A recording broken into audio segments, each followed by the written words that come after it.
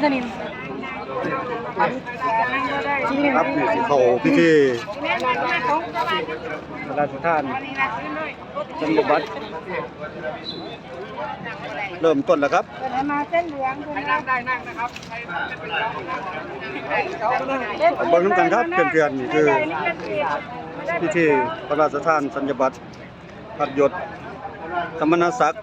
เป็นพระครูมื้อนี้ครับวันที่23ณวัดโพธิสมพรพระอารามหลวงครับเบิ่งน้ำกันครับผมเพื่อนๆครับนี่คือพิธีเริ่มต้นแล้วครับ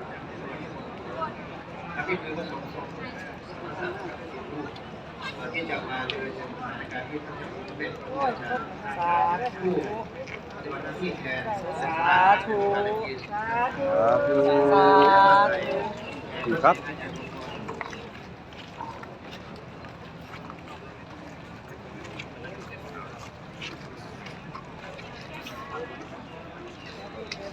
ถึงทางเขาหอด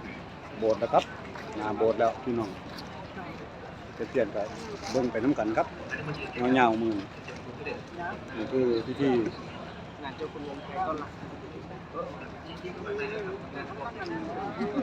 พระราชทานพิธีพระราชทานสัญญบัตรพัดยศสมณศักดิ์เป็นพระครูครับมือนี่มือบุญมือหนึ่งครับของเจ้าพุทธเฮาพี่น้องเบิ่งน้ำกันครับผม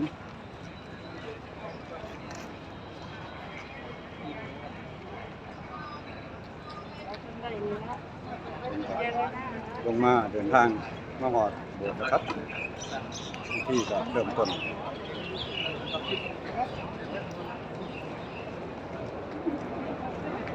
ครับมาเลยครับเลย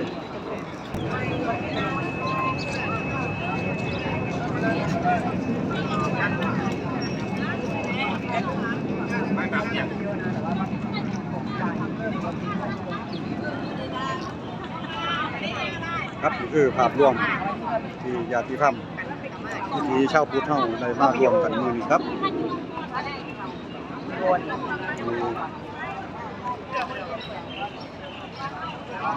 วัดโพธิสมพรพระอารามหลวงนี่นะครับ